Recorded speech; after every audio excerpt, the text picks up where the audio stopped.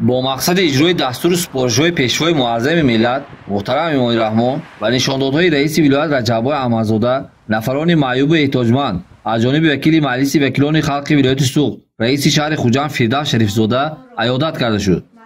فردوس شریفزاده هنگام دیداربینی با عیادت شدگان گفت که با شکرگزاری از امن و آسایشگی ما همگان با اعمال نیک، دستگیری یکدیگر، همدیگرفهمی، عیادت بیماران و احترام یکدیگر از حال احتیاجمندان و اشخاص خدمت نموده با خبر می‌گردیم. این پیش از همه رسالت اساسی شهرداری بوده ارج گذاشتن به خدمت ایشان میباشد. شهردار ضمن صحبت آزاد با اشخاص کم‌بضاعت و بیمار آمادگی مقامات اجرایی حکومت دولتی شهر خوجند را جهت برطرف نمودن مشکلاتشان اظهار داشته تاکید نمود که آنها هرگز تنها نیستند و همیشه به دولت و حکومت تکیه نمایند.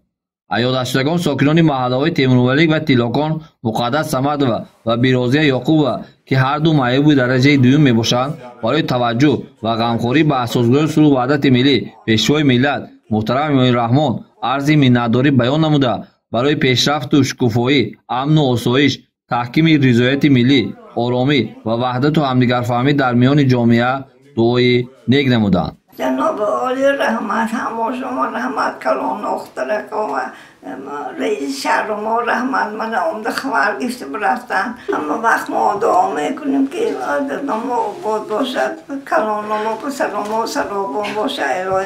اما وقت سلامت باشن و وطن ما عباد باشه.